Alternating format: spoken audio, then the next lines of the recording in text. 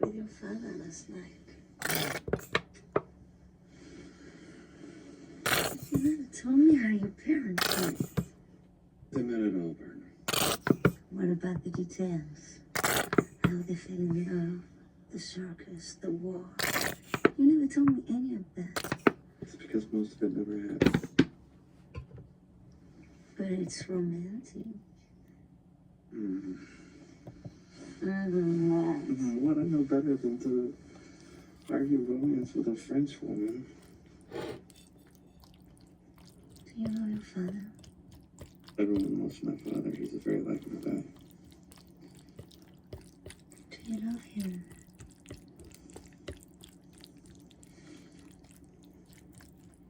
You have to understand.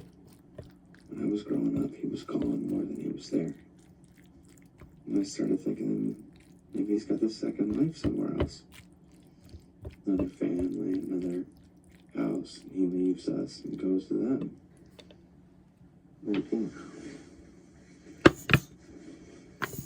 And maybe there is no second family. Maybe he never wanted a family. Whatever it is, he likes his second life better. And the reason that he loves his stories is because he can't stand this boring place. But it's not true. Well, what's true? He's never told me a single true thing. Okay. I know why you like him. I know why everyone likes him. Can you get them that I'm not crazy? You're not. And I think you should talk to him.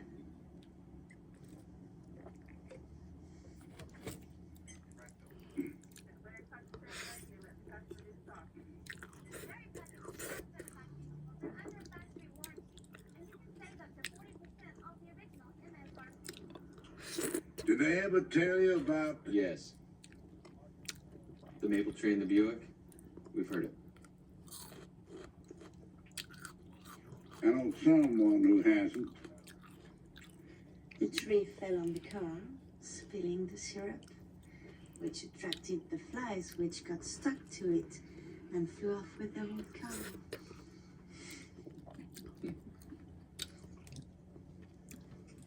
But the real story is how I got the car. You see, Dad? Son. Can we talk? I think I'll get started on those dishes. I'll help you.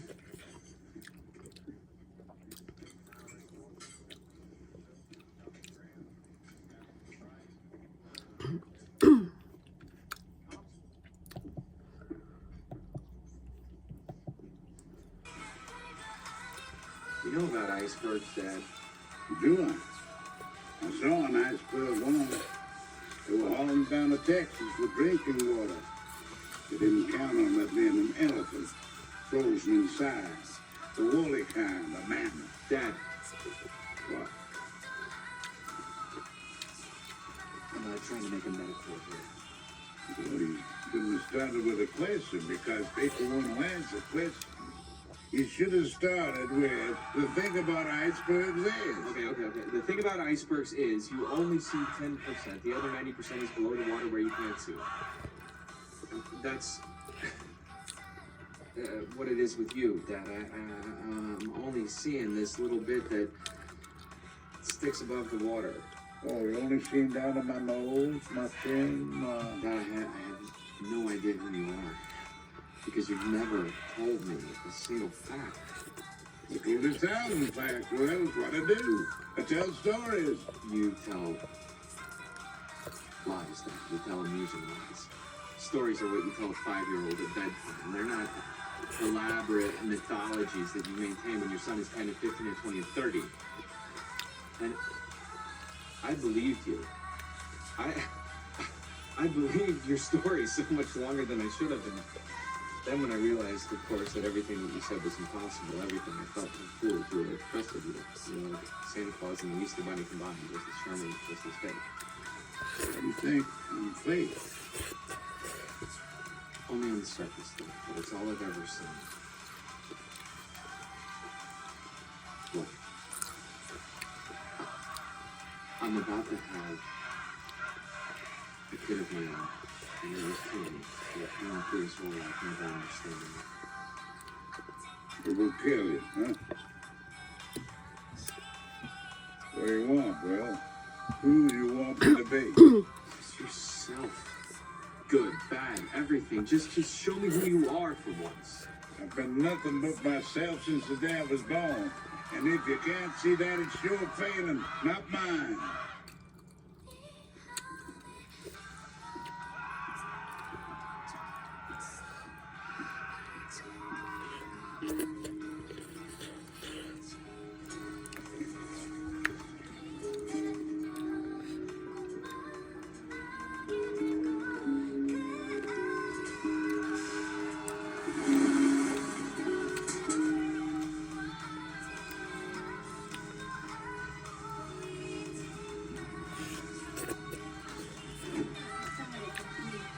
Needed to have an altar, see?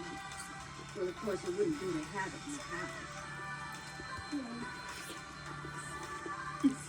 You know better than me what's important.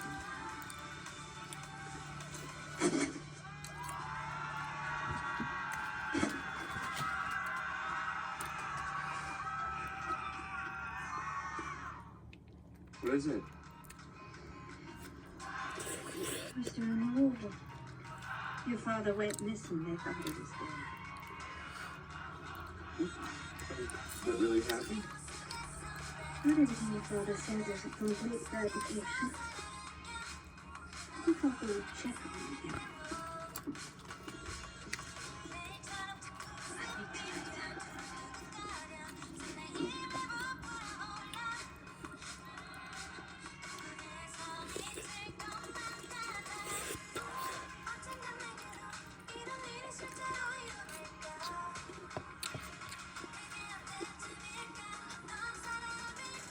After the war, the sons of Alabama returned home looking for work.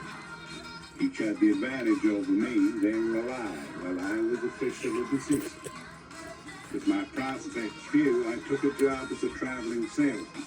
It suited me. If there was one thing you can say about Edward Bloom, is that I am a social person. Thanks. I could be gone for weeks at a time.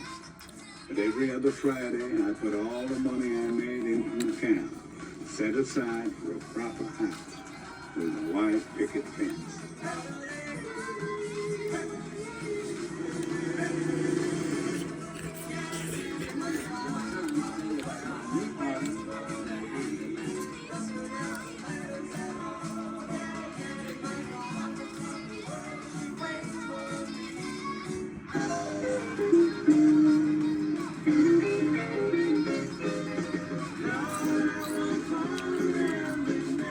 A few years later, I added other products in other cities until my territory stretched from the coast to western Texas.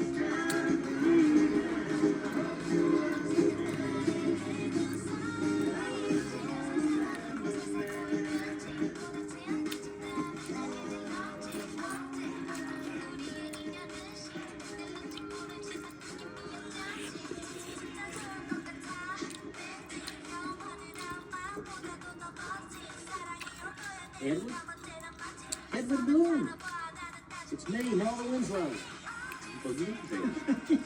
I was astonished to see the greatest poet of both Aspen and Spectre all the way out in Texas. I want you to know, when you left Spectre, it opened my eyes. There was a whole life out there that I was now living. So I traveled. I saw France, Africa, half of South America. Every day a new adventure. That's my motto. Well, that's great and all, but I'm happy for you. And what are you doing now? I'm robbing this place.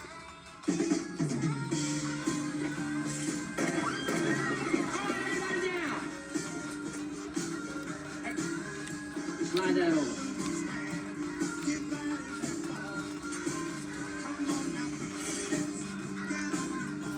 Would you mind grabbing that?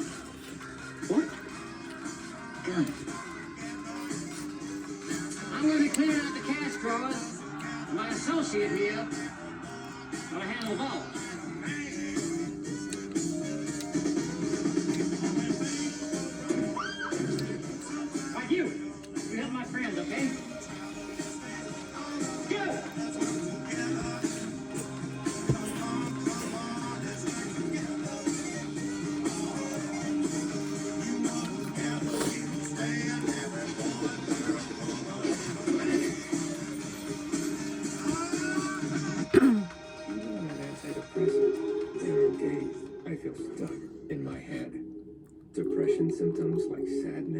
and low energy can hold me back. I wanted to break through. I asked about Vraylar. Adding Vraylar to an antidepressant significantly reduces overall depression symptoms better than an antidepressant alone.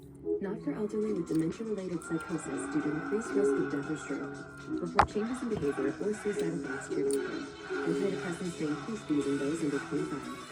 Report fever, stiff muscles, or confusion, which may be life-threatening, or uncontrolled muscle movements, which may not go away. High blood sugar may lead to coma or death. Weight gain and high cholesterol may occur. Difficulty moving, uncontrolled movements, tremors, feeling inconvenient to move, nausea, constipation, insomnia, dizziness, increased appetite, and fatigue are common. Side effects may not appear for weeks.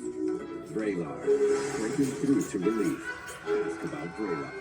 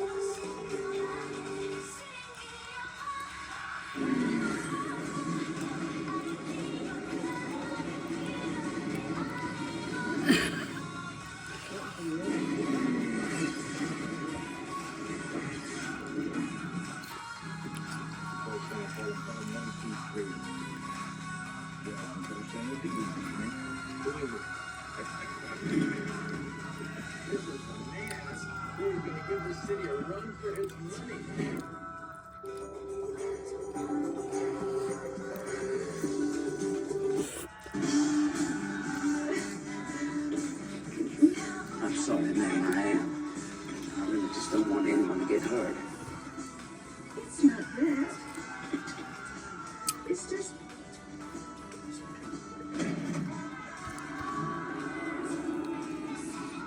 It's not money. You're completely bad. Don't tell anybody. It turned out that the savings and loan had already been won. Not by armed bandits, but by speculators in Texas real estate. Let's go.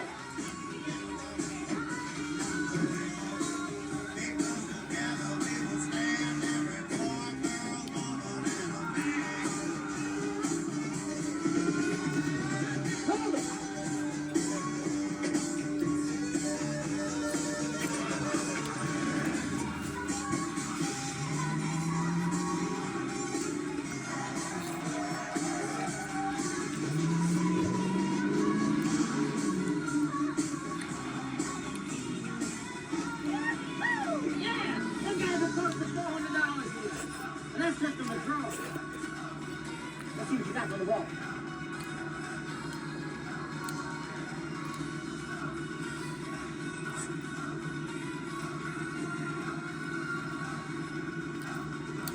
This is it?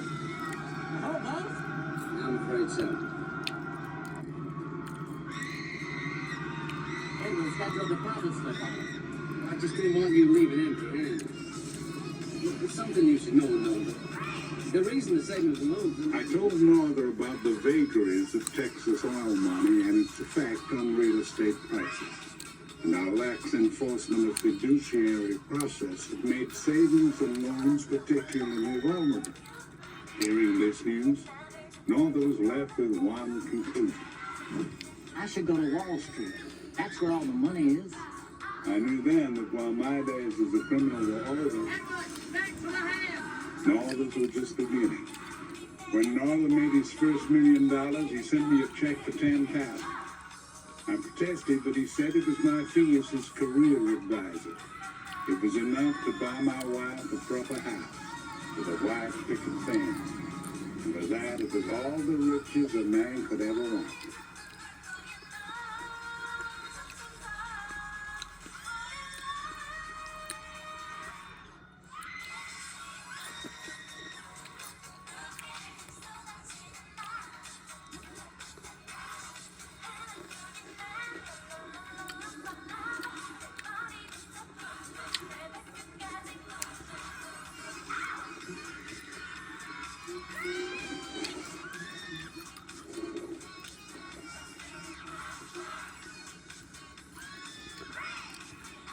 Try now.